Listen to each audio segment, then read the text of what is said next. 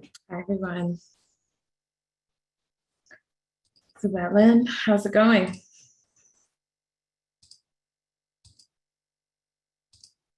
Uh-oh, I think you're muted. I'm okay. How are you? Sorry. I'm good. I'm great.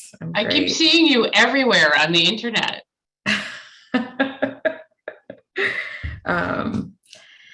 Yeah, we're back. We're transitioning into partial back in office now. So it's. Yeah, we are too. We're back to this week, 4 days a week. It's such a big change. I'm still really out of sorts, but it's so nice to be with at least a small group of people again. Yes. Yeah, I agree. Are you back to traveling? I've been traveling for a while now. Yes. Yeah. For projects. Yeah. Oh, I've been no personal travel yet. Yeah. I've been doing a lot of personal traveling just related to family, and it's really stressful. Yeah. With just with COVID still omnipresent, but I'm grateful that I can be with my family and see them, but it's intense and I'm not looking forward to work travel anytime soon.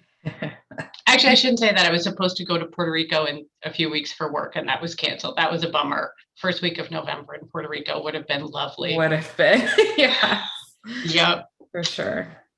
Now you can negotiate for like the Bahamas in December. I think that's going to be out too, but at least that trip is only postponed. It's not canceled entirely. Yeah. But I was really looking forward. Yeah. All right, it's 12:46. I'm going to start this meeting.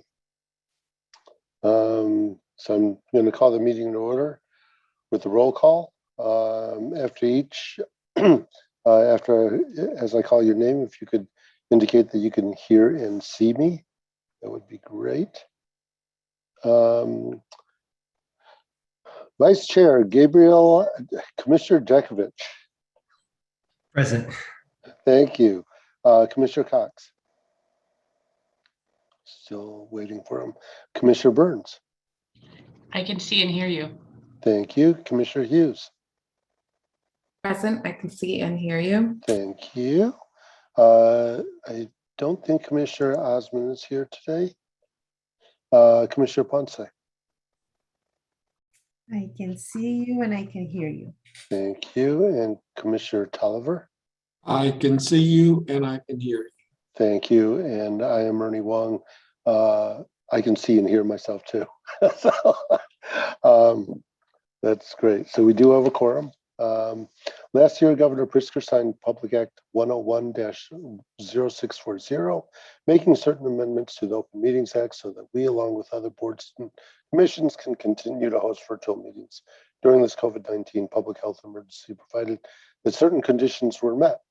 One of these conditions is that I, as head of the Commission of the Chicago Landmarks, determined that an in-person meeting of the Commission on Chicago Landmarks and its permit review committee are not practical or prudent.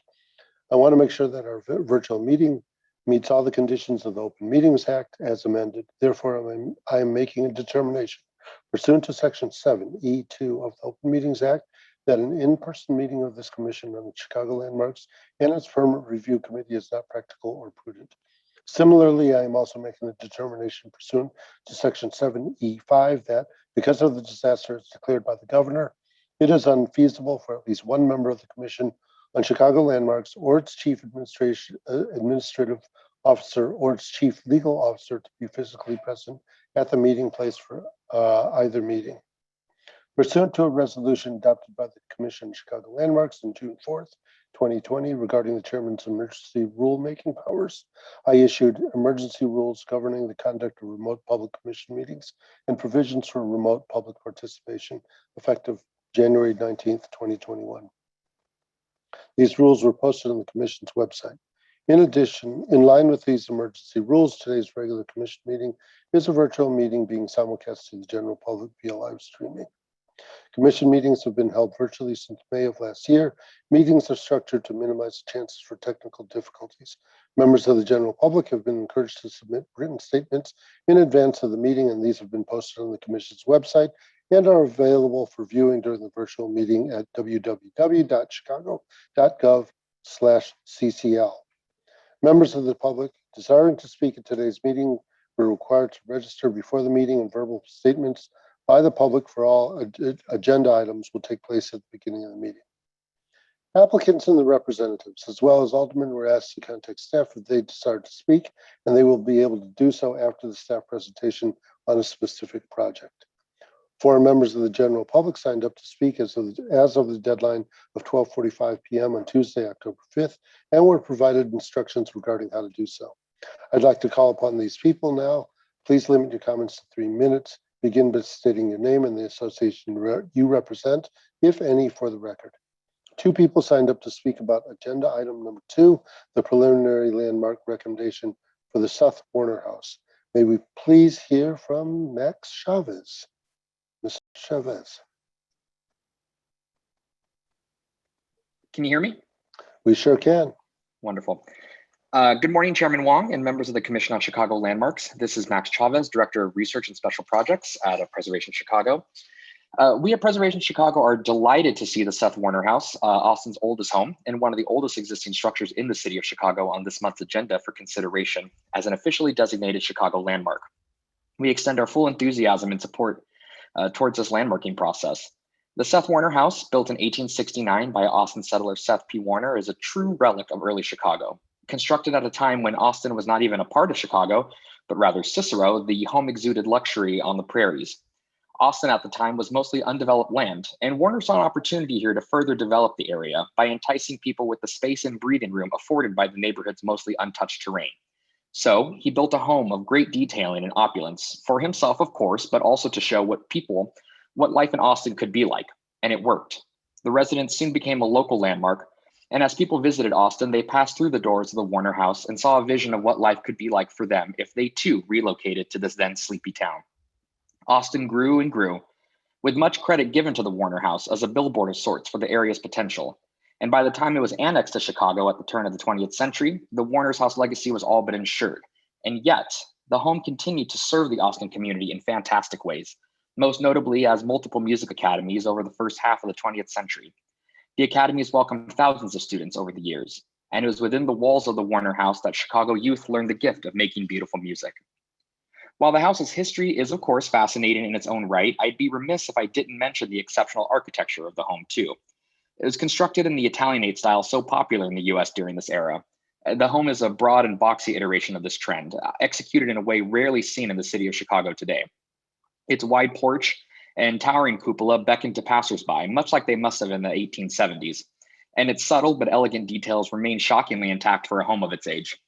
Thankfully, through decades of care under the musical academies and later owners, including the current owner, who has consented enthusiastically to landmarking, the Warner's House survival is a small miracle, one that should be celebrated with a designation as a Chicago landmark. On the eve of the 150th anniversary of the Great Chicago Fire, as we look back at one of the most formative events in our city's history, we should acknowledge how special it is that we still have structures remaining that tell a story of Chicago before that inferno. While the Warner House was never in the path of the fire, it nevertheless demonstrates a resiliency and a staying power that defines so many of our greatest landmarks. We're thrilled to see it be considered for landmark status, and we offer our strongest support to this end. Thank you very much for your time and your consideration. Thank you, Mr. Chavez. Next speaker is Ward Miller. Mr. Miller. Can you hear me, Commissioner? We sure can. Well, good afternoon, Commissioner Wong and members of the Commission on Chicago Landmarks. I'm Ward Miller, Executive Director of Preservation Chicago. We at Preservation Chicago fully support the preliminary landmark recommendation in the Chicago landmark designation of the Seth Warner House, located at 631 North Central Avenue. Seth Warner House is a remarkable structure, almost embodying the early city, with its history relating to Chicago's West Side and the Austin community, and to Warner's residency in Chicago as one of its earliest settlers at the time of the city's incorporation in 1837, and continuing to Warner's stance on abolition, reflecting his many hosted events at Warner's Hall, constructed by Mr. Seth Warner, which once stood near the southeast corner of Randolph and Clark Street and lost to the Chicago fire almost exactly 150 years ago this week. Clearly, these histories associated with Seth Warner linked together with his home before you today, which is perhaps the oldest building in the Austin community and dating to 1869 and noted as red rated in the CHRS should be designated a Chicago landmark. Many of the 200 red rated structures in the city of Chicago are already landmarks, noting their tremendous significance, many recognized nationally and internationally. We at Preservation Chicago are grateful to both offer and support the Chicago landmark designation. We are very honored to have worked with the current longtime owners, James Bowers and Cynthia Weaver, for several years towards this day.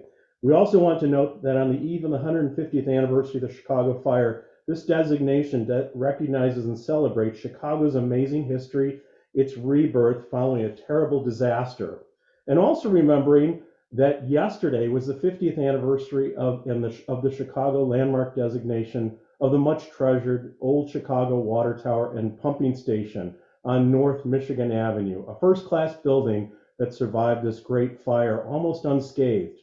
Yet for years, this tower had been perpetually threatened for widening of North Michigan Avenue before being landmarked by this commission 50 years ago today. Realizing that 150 years have brought us many changes, we want to encourage a very bold vision for the future of Chicago in the next year, starting today. And that is 150 landmarks honoring this anniversary throughout Chicago and its neighborhoods, to include many of the structures that are worthwhile and landmarks in their communities, as well as perhaps a designation of our legendary and sacred lakefront lands fronting Lake Michigan, extending from the extreme south, far south side, to the very far north sides and city limits of Chicago. Thank you very much for considering the Seth Warner House as a designated Chicago landmark. We are grateful to you and staff. Thank you, Mr. Miller. Two people have signed up to speak on agenda item number 5, the program committee report. Let's start with Mary Lou Seidel. Ms. Seidel.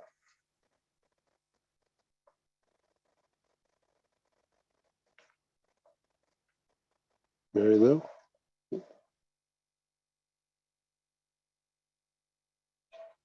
Okay, we can. How about that? Okay. I got it. Thank you very much. Sorry for the delayed. I was No on problem. mute, if you can believe it. I am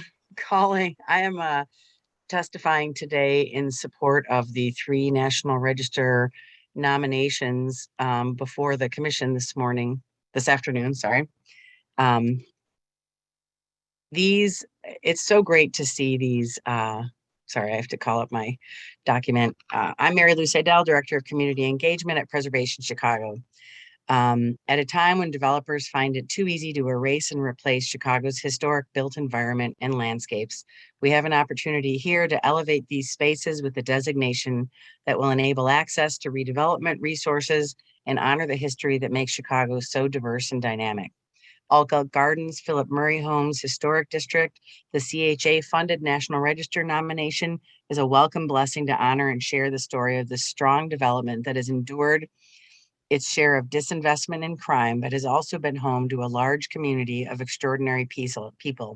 Hazel Johnson, one of our own board members, Joyce Jackson, are just 2 examples of the fine women who've come from Altgeld Gardens. Hazel fought her entire time at Altgeld for the resources and support the community deserved.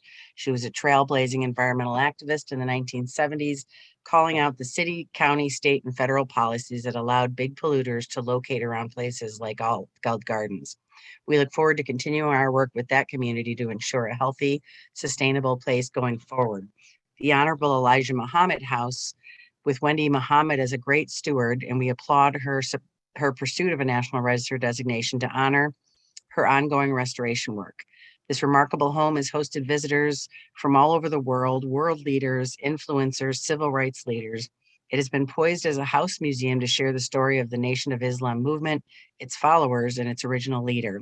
That history is uniquely Chicago, and it needs to be highlighted.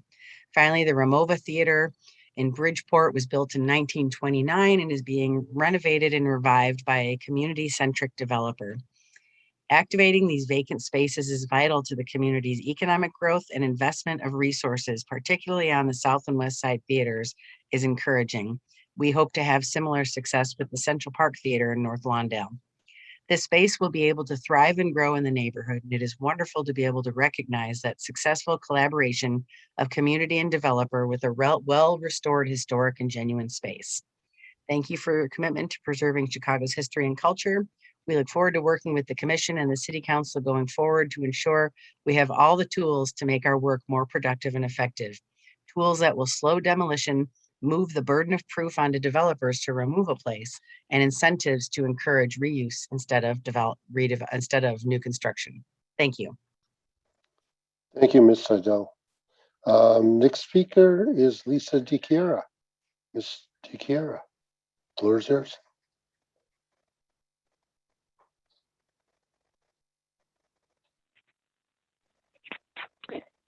Hello, this is Lisa DiChiara. Can you hear me? We sure can. Thank you. Okay, thank you. This is Lisa DiChiara, Director of Advocacy for Landmarks, Illinois. Good afternoon, Commissioners. I first want to congratulate the staff and the department for a very successful September 22nd program committee meeting. It's clear that the word really got out about the opportunity for the public to suggest their own ideas for buildings and important places throughout the city that should have landmark protection. There was a wonderful, diverse number of properties that were presented that day that represented places from throughout the city, as well as all different building types and histories. And it was really a wonderful meeting. And if anyone missed it, I encourage you to listen to the audio video of it. I just want to also express Landmarks Illinois' support for the 3 National Register nominations put forth, and hope the Commission will also support them, as Mary Lou noted, the 3. And then particularly Altgeld Gardens. Altgeld Gardens is a long time coming in terms of the National Register nomination that's been put forth for it, commissioned by the Chicago Housing Authority as part of a memorandum of agreement that came forth from a Section 106 process. We also want to encourage the Commission and staff to look further at the landmarking of 2 buildings that we put forth as a public suggestion at Altgeld Gardens, in partnership with the People for Community Recovery, led by Cheryl Johnson, the daughter of its founder, Hazel Johnson. The 2 buildings that we put forth are School Building C, that was the first high school at Altgeld Gardens, and also the Keck and Keck designed shop building, affectionately known by locals as Up Top. And these 2 buildings are extremely important to the history of Altgeld Gardens and have the ability to continue to be vital resources for the community if they could be protected, rehabilitated, and reused. The National Register nomination for Altgeld Gardens will provide important tax credit opportunity for the rehab of those buildings, but as we know, Chicago landmark designation is so important to ultimately protect them. We also want to support Preservation Chicago's suggestions of Promontory Point and the Central Park Theater for Chicago landmark designation, which with Up Top and the School Building C at Altgeld, as they are currently on our endangered list, Promontory Point and Central Park Theater have been on past endangered lists of Landmarks Illinois. And we really encourage the Commission and staff to continue to look at these buildings and the opportunity for their designation. Thank you so much. Thank you, Lisa. That is all the members of the general public who have signed up to speak from the Commission meeting, and we will now go to the agenda. First item on the Chairman, agenda this is tech support. We do have one more person, Patrick Steffes. Oh, okay. On which item is this for? For PRC. Oh, I'm sorry. It's Permit Review Committee speaker. I'm so sorry. Okay, no problem. We'll get to you, Patrick. First item on the agenda is the approval of the minutes of the previous meeting on September 2nd, 2021. That should have all been included in your packages. Any discussion on those meeting minutes? If not, I'd like to call for a motion to approve those minutes? So moved. Burns?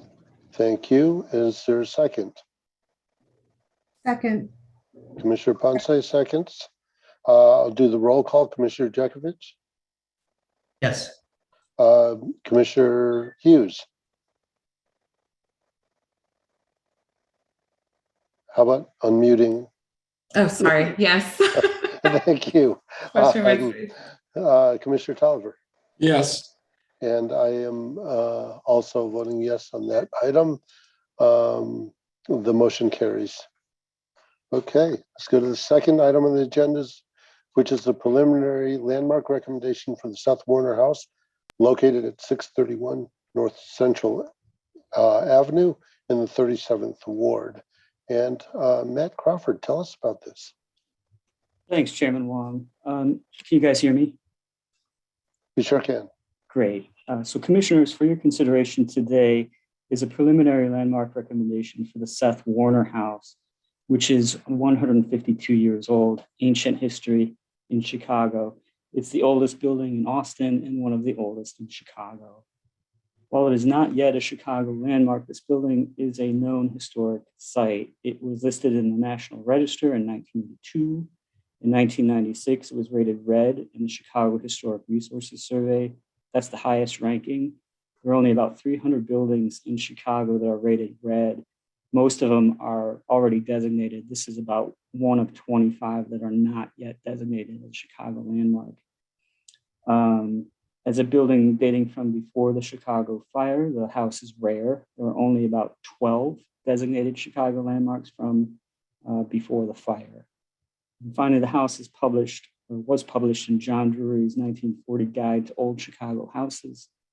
And it is in the AIA Guide to Chicago, last published in 2014. The house is located in the Austin community area in Chicago's west side, near the city's western boundary with Oak Park. When the house was built, it was the centerpiece of a small farm that occupied the entire block bounded by Central, Pine, Huron, and Ohio streets. We believe the house meets 3 criteria for Chicago landmark designation, including criterion 1 for its layered heritage. The first layer is the house's representation of Chicago's early development when outlying neighborhoods like Austin were unincorporated rural settlements. Here is the house around 1900 when it was the homestead of Seth Warner's Gentleman's Farm, occupying 7 acres with an orchard, small pasture, barn, and carriage house. Warner built his house on Central Avenue, one of the most desirable streets in the settlement due to its good drainage, which is perhaps belied by this photo of the street, which appears to be mud. This photo is from 1888, 19 years after Warner settled here, and the street was obviously still unpaved and the sidewalks were wood plank. Transportation between Austin as a rural settlement and Chicago began with the stagecoach in 1848. The Galena and Chicago Union Railroad, the first railway in Chicago, began service to Austin with a station at Central Avenue, 2 blocks south of the Warner House. Rail service allowed Austin to develop from a rural settlement into a railroad suburb, as shown here in 1888, with large homes and picturesque Victorian styles of architecture on large lots. A second layer of heritage exemplified by the house is the impact of the World's Columbian Exhibition on Chicago and its region. This letterhead is from 1892, when the house was known as the Elms. It was a resort hotel catering to tourists to the Chicago World's Fair. A third significant layer of heritage conveyed by the house is that of music culture. From 1924 to 1979, the building housed a series of conservatories of classical music, including the Austin Conservatory of Music, the Austin College of Music, and finally the Austin Academy of Fine Arts, that together provided musical training to an estimated 31,000 students by 270 teachers. Directors of the Academy included prominent violinist Paul Vernon, vocalist Perrin Root and Yoan Walker Root, and John Hunter, an African-American musician and instructor in composition and keyboard. John Hunter, shown it right here, maintained the Academy as an integrated institution. Hunter served in the U.S. Marine Corps and studied music in Chicago at the Cosmopolitan School of Music, where he earned his Bachelor of Arts in piano and master's degree in theory in 1959. In 1979, he relocated the Austin Academy of Fine Arts to his hometown of Greenville, South Carolina, and the Seth Warner House returned to residential use. We also believe the house meets criterion 3 for its association with a significant person.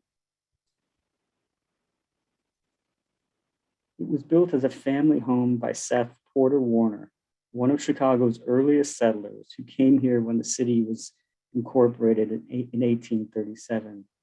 He was a successful blacksmith, he was an abolitionist, and a patron of music in Chicago's earliest days as a pioneer settlement. In 1851, he built Warner's Hall, shown here, which was an early music and event venue. He used this hall to promote the abolition movement. He hosted here numerous speakers and political meetings calling for an end to slavery and supporting the Union cause during the Civil War. Frederick Douglass spoke here in 1853.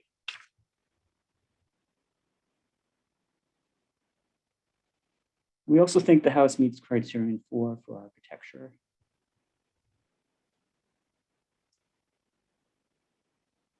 It is an excellent example of the Italianate style of architecture, and it stands as a rare example of the cube and cupola typology within that style.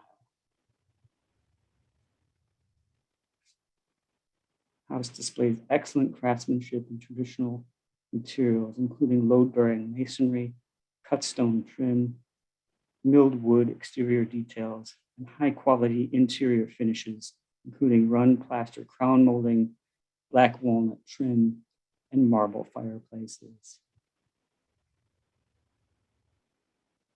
In addition to the landmark criteria, the house also meets the separate integrity criterion. Clearly, its setting has changed from a small farm homestead to an urban neighborhood, but this does not diminish the building's ability to express its historical architectural value. It remains in its original location on Central Avenue, one of Austin's early premier residential streets. There too remains the house's proximity to the Central Avenue CTA Green Line station, which was the location of the community's first rail station. As you can see from these photos, the roof line of the house was changed at an unknown date in the early 20th century, but in the 1980s, the roof line and cupola were restored. The house is located in the 37th Ward, and Alderman Mitz is aware of the proposed designation. The house is owned by James Bowers and Cynthia Weaver, and they have requested landmark designation.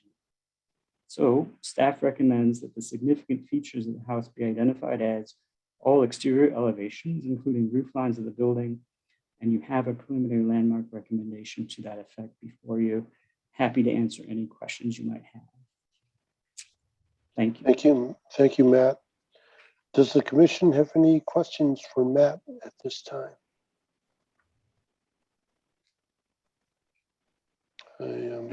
I do. Just one quick question. Yep. This is Commissioner Ponce. Thank you. Could you clarify what the current use is again? It is a single family residence. I see. Okay.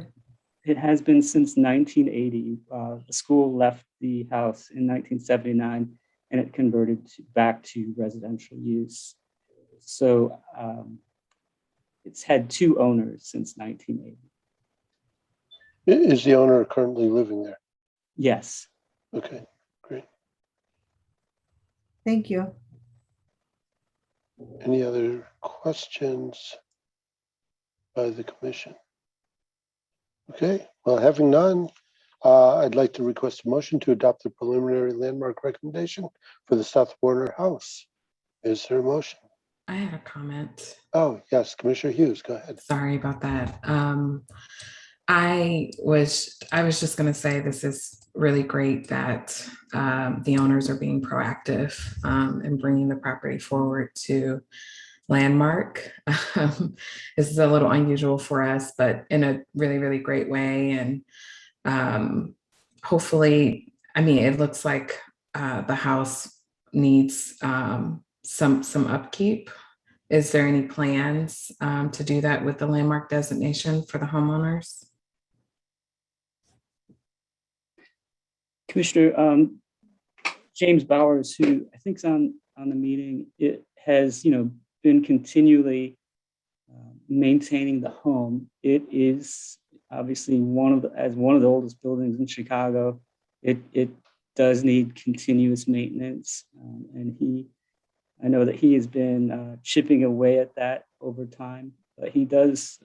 The owners, the couple that owns this building, they do want to make sure that at some point in the future, if they do not own it, that this does not become a target for demolition. Yes, that's great to hear. And again, kudos to this homeowner for coming forward and applying for the landmark status, because it's usually us, ending up in this scenario for other reasons. So thank you, and I support. I motion. All hands are raised. Oh, great. Thank you, Commissioner Hughes. There's a motion on the table. Is there a second? Second. Commissioner Tolliver, second. Do the roll call. Commissioner Jekowitz. Yes. Commissioner Burns. Yes. Commissioner Ponce. Yes. And I am a yes as well. The motion carries unanimously. And Mr. Bowers, thank you so much. Congratulations. And we look forward to your efforts. Third item on the agenda is the Little Village Arch, located at 3100 West 26th Place in the 12th Ward. Is Commissioner Cox here? Is he here yet? Not seen him. So I think Dan Kleiber, if you could lead us through this. Yes, correct. Can you hear me okay, Commissioner? We sure can. Thank you. Thank you.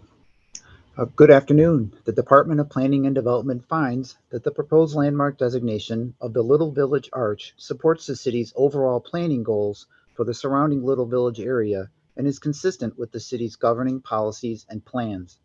Standing proudly above West 26th Street, the Little Village Arch serves as the eastern gateway to what has been referred to as the Mexican capital of the Midwest. Completed in 1990, the arch was highlighted in 2019 by the Commission on Chicago Landmarks as part of the Community Streetscape Markers Context Statement. The context statement recognized the cultural significance of this type of public improvement and laid out the criteria necessary for such types of installations to be designated Chicago landmarks. The designation is the first one in the city of Chicago that is associated with Chicago's Latino community, and it is consistent with the vision of the Little Village Quality of Life Plan, which values family, culture, and community. In addition, the designation will help to amplify the small business reinvestment projects underway along 26th Street as part of the Neighborhood Opportunity Fund, including the Esquina Business Incubator, which is being spearheaded by the Little Village Chamber of Commerce and will bring a new cafe, co-working, shared office space, and a commercial kitchen to an historic commercial building at 26th Street and South Drake Avenue. To that end, DPD feels that the designation of the Little Village Arch as a Chicago landmark will help to further strengthen the bond between the people and the place of the Little Village community. Thank you. Thank you, Dan. Are there any questions of this presentation by the Commission? And I am not seeing any. Therefore, I'd like to request a motion to accept the department's report for the Little Village Arch and take the next step in the designation process to request consent from the property owner. Is there a motion? So moved, Commissioner So Jakirich. moved. Thank you. Is there a second? Second, Commissioner Burns. Thank you. Do the roll call. Commissioner Hughes, Yes. Commissioner Ponce, Yes. Commissioner Tolliver, Yes. and I am also a yes. The motion carries unanimously. Thank you. Next item on the agenda is the Class L property tax incentive. Final certification for the Marshall Field and Company building at 111 North State Street in the 42nd Ward. And Deanna, you have this one. Thank you, Commissioners. Certification of the scope of work and budget for a Class L project is the final step by the Commission on Chicago Landmarks to administer this incentive. This certification would then be used by the building owner to complete their application for the Class L tax reduction with the Cook County Assessor. On April 10, 2019, the City Council approved a Class L real estate property tax incentive for 111 North State Street, the former Marshall Field and Company building. Macy's acquired the building in 2005 and has retained the lower 7 floors as their flagship retail store. Brookfield acquired the upper floors of the building for office use. Brookfield and Macy's each completed the Class L work and are requesting certification of their project. A copy of the Class L ordinance and exhibits, as well as the final report from the owner with documents, which documents the completed project, is in your packets. The exterior work included select masonry repairs on all elevations, masonry cleaning, and extensive window repair and replacement. The wood-framed windows on 2nd and 3rd floors, steel-clad window mullions on the 2nd floor, and steel window frames at the 1st floor on State, Washington, Randolph, and Wabash Street elevations were restored. The marble and granite panels above the entrance doors were cleaned and metal ornament painted. The entrance canopies, 2 on Washington and 2 on Randolph, were rehabilitated.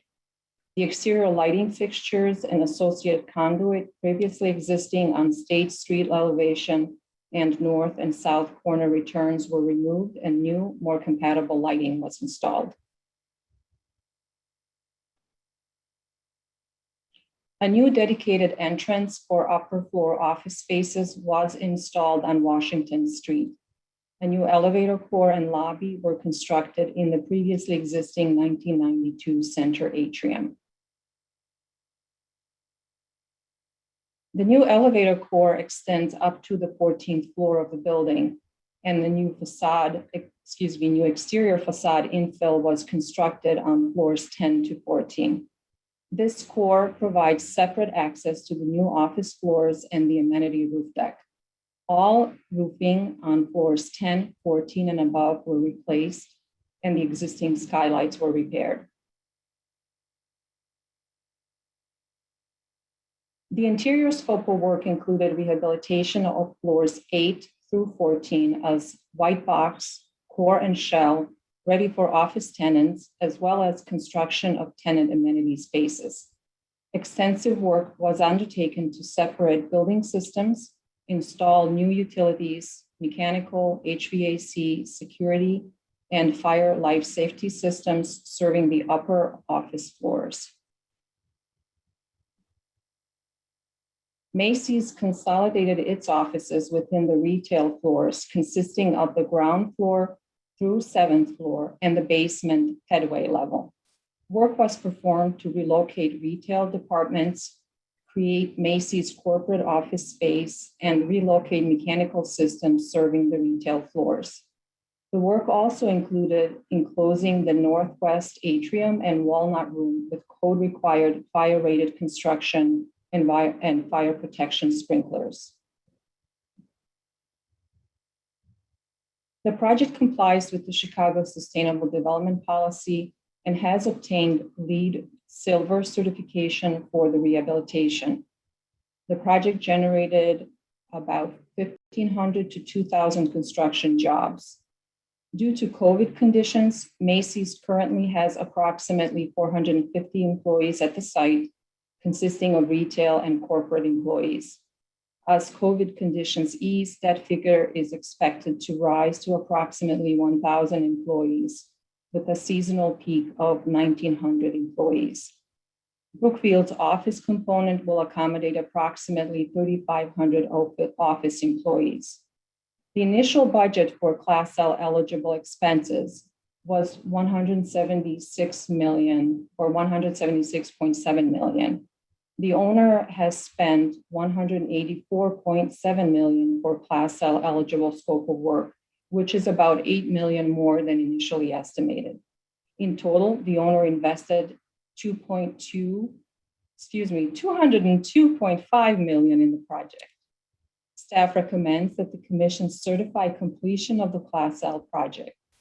The applicant has also provided a short video that we would like to show now, and the representatives of the owner are here to make a statement following the video and to respond to any questions you may have.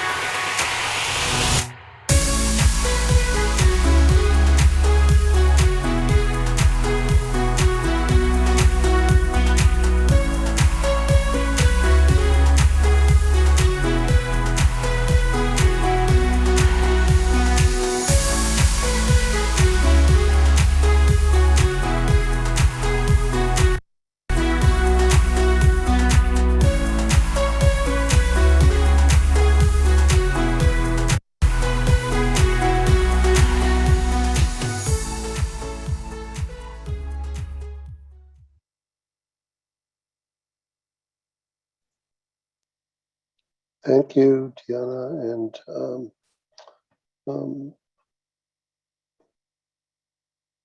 And you said that the owners are here and would like to make a statement. Representatives are here, yes. Okay. If I can jump in, this is Mariah Degrino from DLA Piper. Paul Seidel and I at DLA represent Brookfield in the matter. And I'm joined by Alex Antolino from Brookfield, as well as Chris Erb from Macy's.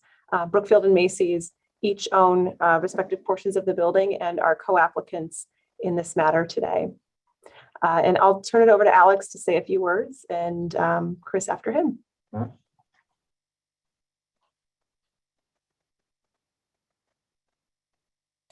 Alex, we can't seem to hear you. Still can't hear. Uh-oh.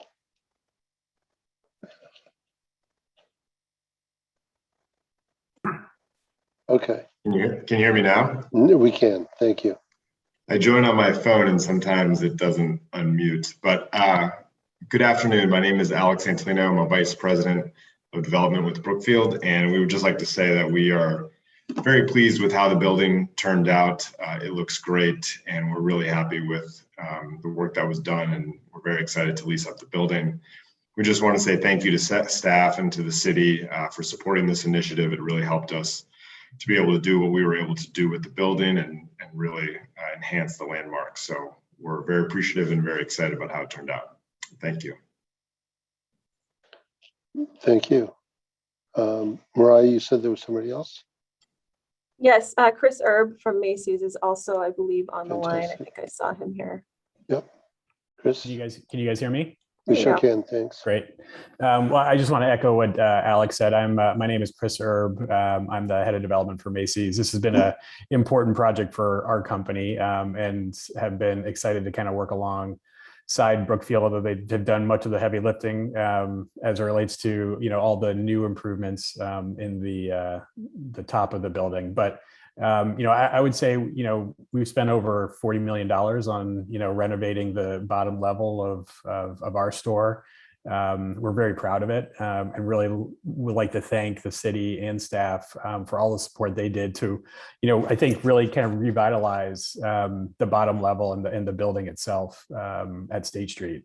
So this has been a pretty enjoyable process, which you can't always say with municipalities all the time, and we just really appreciate all the help and support from the city and staff. Thank you. Mariah, did you have anybody else?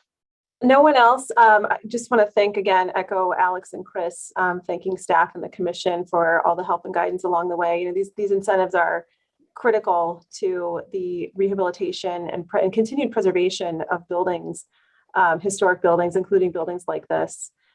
So really, always proud to come to the commission with completion of a project like this, and just respectfully ask for your approval of the certificate. Thank you.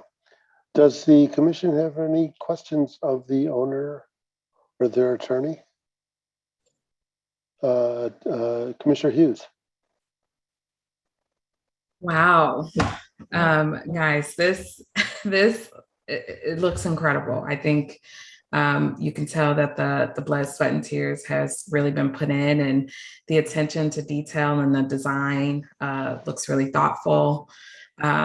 I have a question about, and I'm excited, Chris, to see Macy's. I don't think I've seen it since it's been revamped, and now that we're back in our downtown core using our offices again, I'll definitely have to check it out. But I did have a question. First of all, the rooftop looks glorious, and also your atrium space. I didn't even know that atrium space existed. Is there any public space that's up above on those floors? And is the rooftop accessible to the public, or is this all private? I can answer that. And thank you for your kind comments on the work. We're very excited to show it off, and everyone we've taken through the building to date has been really excited. The floors are all private to the office from a security standpoint. So all of that, there is a public area, a vestibule on the ground floor, and then our office is secured, our lobby is also secured. There's a nice pathway. Okay, well, I don't know. I think it would be nice if there was a way, I don't know how elevators work these days, but if there was a way to engage the building with the public more, particularly that rooftop space, maybe after hours or, designated times or something, so that more of the public can see your space. And also, I am going to encourage you guys to participate in Open House Chicago every couple of years when it rolls around, so that people can see this space. It's incredible. So Commissioner Hughes is like transferring Commissioner Osmond's.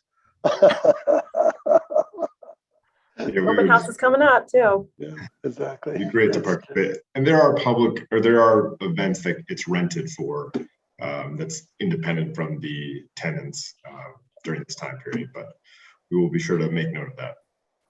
Alex, what are you all leased up, or what's the percentage?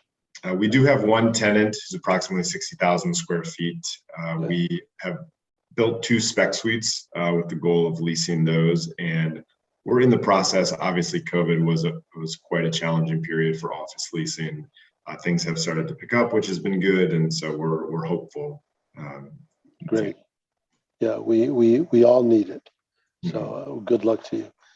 Any other questions of the owner? Commissioner Ponce, did you have a question? I did. I got in front of Commissioner Jacobich. I agree with Commissioner Hughes, but congratulations on this wonderful, wonderful project. Very bold renovations. And I always like to also encourage on energy efficiency and making bold moves in sustainable projects, right? I mean, we have heard it time and time again, like the preservation of landmarks is super important. And I think that we are getting very good at that. So how can we make bolder moves? You know, not only like the wonderful suggestion that Commissioner Hughes said is opening it up for the public on certain occasions, but on the building side, how can we do that even go much in a bigger way? I will always continuously advocate for that. Thank you, Commissioner.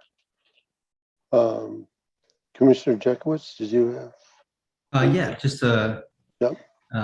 Just a comment. I appreciate the video, and I can see the excitement that you guys have in showing off this incredible work. It truly is a beautiful project, and I like the idea of the open house. Just because there's some spaces that I had no idea about that, like, some of those office and that interior core is incredible. So I wish you guys luck, leasing that, because I know that that's a challenge right now, but that is a pretty unique feature of the building. So congratulations, and nice project. I also agree with Commissioner Ponce on pushing the boundaries, because I think she was trying to get at, how can we make this not only the public benefits, but, from a sustainability standpoint, understanding, did you guys pursue any certifications or anything like that? Do you have any comments, anything you could say about the sustainability for the building? Sure. The building is LEED certified. Yeah, silver. she mentioned LEED. Yeah. Right. And it is a very important thing in our organization that we're very focused on, both on the LEED side, but the well-being side that's new for buildings. So it's something that we're very focused on as an organization and view it with importance as well. That's great. Thanks. Thank you. All right. If there are no more comments, I'd like to call for a request a motion that the commission certifies that the project has been substantially completed in accordance with the approved ordinance, meets the eligibility requirements for the Class L incentive for the Marshall Field and Company building. Is there a motion? Okay, everybody raise your hand now. Come on. So moved. Thank you, Commissioner Burns. Is there a second? Second, Commissioner Second, Jacobs. Commissioner Jekowitz. Do the roll call, Commissioner Hughes. Yes. Commissioner Ponce. Yes. Commissioner Tolliver. Commissioner Tolliver. You're on mute. I was pushing my toolbar, but it didn't work. Yes. Okay, thank you, sir. And I am also a yes. The motion carries unanimously. Congratulations, folks. This is a great project. Sell more Frangelmans, Chris, and get that office space leased out. We'd love to see more folks downtown. So that Thank you, is folks. great. Thank you. Thank you. Next item on the agenda is the program committee report. These are the recommendations to the Illinois Historic Sites Advisory Council on nominations to the National Register of Historic Places. It is the three are Altgeld Gardens, Philip Murray Homes Historic District in the 9th Ward, bounded by East 130th Street to the north, South Greenwood Avenue to the east, East 103rd Place, East 103rd Street, and East 134th Street to the south, and South St. Lawrence Avenue to the west. Second site is the Remova Theater at 3508 to 3518 South Halsted Street in the 11th Ward. And then the third site is the Honorable Elijah Muhammad's house at 4847 South Woodlawn Avenue in the 4th Ward. Report on the suggestions received from the public for possible Chicago landmark designations was on September 15th, 2021. And I'd like to call on Commissioner Tolliver for the report, please. All right, I'll abbreviate it since you read the three designated properties. I won't repeat it in what I'm going to read here. I want to report that the program committee met on September 22nd, 2021 to hear public comments on 20 suggestions for possible Chicago landmark designation that have been received from the public since the previous program committee meeting. The suggestions and comments have been forwarded to Historic Preservation Division staff for further review and consideration. No action by the full commission is needed. I also want to report that the program committee reviewed on behalf of the full commission 3 nominations to the historic National Register of Historic Places. The commission's review of these nominations is under its authority as a certified local government under the National Historic Preservation Act, which gives the commission the opportunity to comment on the National Register nominations for Chicago properties. You've heard the names identified by our chairman. The program committee voted to recommend that the full commission support these National Register nominations. You received a recommendation to that effect in your packets. This is the end of my report. Thank you, Commissioner Tolliver. Are there any questions of Commissioner Tolliver or of these nominations? Or Commissioner Sullivan, she also could participate. And yeah, Commissioner Burton says thank you. I mean, for your Sullivan Burns, yes. I do have a quick question, Commissioner Tolliver. Is the number of nominations that were submitted this year, were they in line with what has been previously submitted? Were they lower, higher? Well, we have not met since January of this year.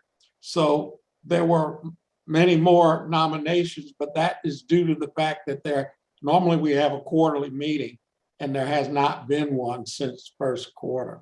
Oh, wow. Okay. Okay.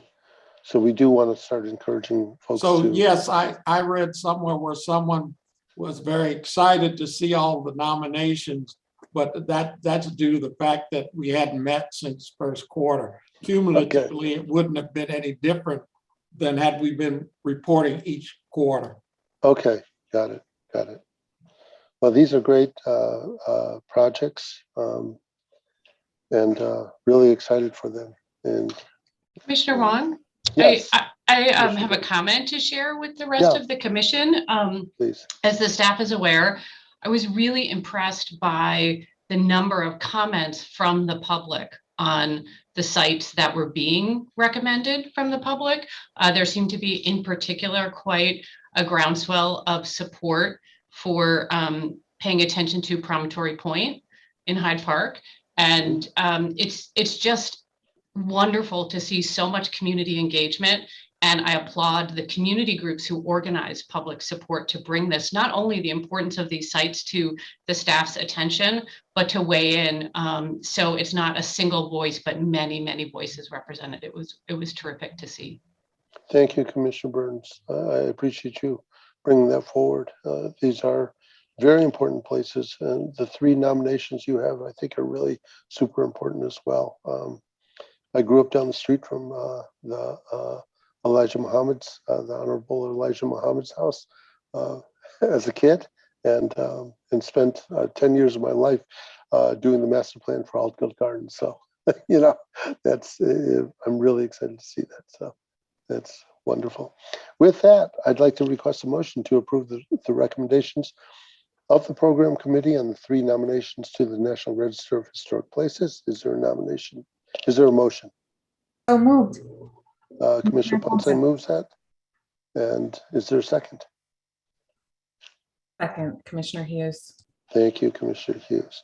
Do the roll call. Commissioner Jekowitz? Yes. Commissioner Burns? Yes. Commissioner Hughes? Oh, wait a minute. Wait a minute. You seconded it. Commissioner Tolliver? Yes. And I am a yes as well. So we have that motion carries unanimously. And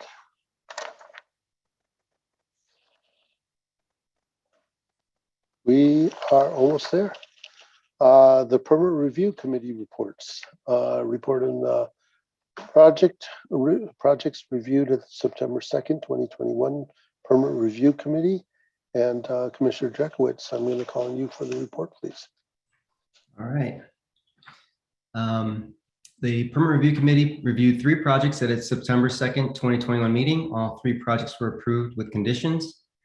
The report summarizing the scope of the project, proposed projects and the committee's decisions was included in your packets. This report is for your information.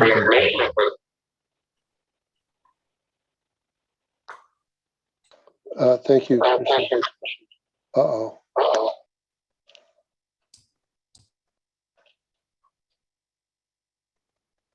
It's all good. It was Larry Shore's microphone. Larry, you got unmuted. Oh, okay. Larry, could you fix your microphone, please? Larry, you're using 2 devices. And that's why. No, I'm not. I'm not using 2 devices. I'm just using 1 microphone. Can you hear me? We can hear you. I see you signed in from 2 devices. Your name is twice in here. Right. One has a microphone and one does not. There is an echo going on. Yeah, usually that doesn't work. Okay. Hopefully we can fix that by the Permit Review Committee. But you're on for the report, Larry. Now you're muted. So Larry, what you can do is mute the speakers from your device and then just use your microphone. You won't be able to hear us, but there won't be any echo. For the month of September, staff reviewed 156 permit applications. 3 of these applications relate to projects reviewed by the Permit Review Committee. A total of 162 reviews were performed by staff. The average number of days to issue the approval or corrections was 3.4 days. Staff also reviewed 4 sign applications during that time. Thank you. I think we're all set now. Sounds great. And finally, announcements. I'd like to announce the 2021 Preservation Excellence Awards. This will be a virtual ceremony on Thursday, October 28th, 2021 from 3 to 4 o'clock p.m. For attendees, online check-in at 2:30 p.m. The location will be, if you could go to chicago.gov/CCL for the link to live streaming. And before we adjourn, I'd like to officially announce the appointment of the new chair of the Permit Review Committee. Commissioner Jekowitz has graciously accepted my request to chair the committee. And thank you, Vice Chairman Jekowitz. And you have your hands full now. Looking forward to it. Thank you, Chairman. Thank you. With that, I'd like to call for a motion to adjourn. So move. All right, Commissioner Tolliver, second. Second. Thank you, Commissioner Jekowitz. All in favor, say aye. Aye. Aye. Okay, nobody is opposed. The motion carries. And Commissioner Jekowitz, if you could tell us what time you want the permit review committee to go. Chairman, the permit review committee will begin at 1:55. Okay, thank you. All right, thank you. Take care, folks. Thank you, everyone. Thank you.